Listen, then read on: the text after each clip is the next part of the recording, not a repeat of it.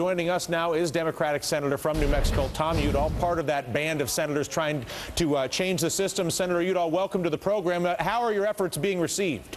Thank you, Dylan. Good to be with you today. It's a pleasure to have you here. What do they think about all this crazy talk from you guys?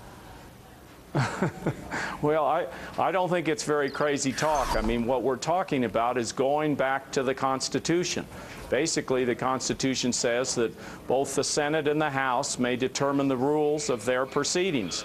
And so we're just asserting a constitutional right. I call it the constitutional option to, at the beginning of every Congress, to, by a majority vote, adopt rules. It's what the House has been doing since the very beginning of our constitutional system here in America. The Senate started out this way. Somehow we've gotten off track, so we need to change it. Former Majority Leader Trent Lott had this to say about this, and it was addressed to the, quote, young and hot-blooded senators, and I'll quote again, "Be careful what you do. You could have it used against you." What are your thoughts?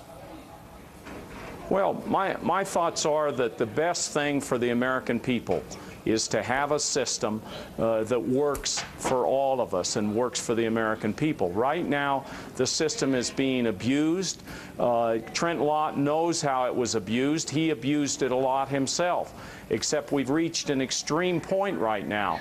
We have had 112, this is talking now about the filibuster, 112 filibusters in the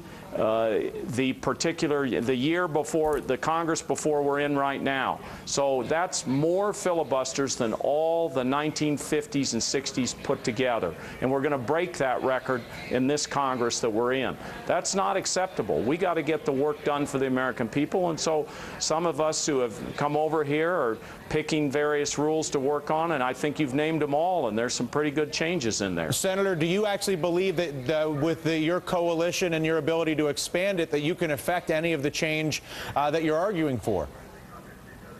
Well, I think we are gaining momentum every day. When you have the leader of the Senate, Harry Reid, basically saying we're going to take a hard look at the rules at the beginning of the next Congress. He's talking the constitutional option. He didn't put it in those terms, but I think he sent a warning shot to the Republicans.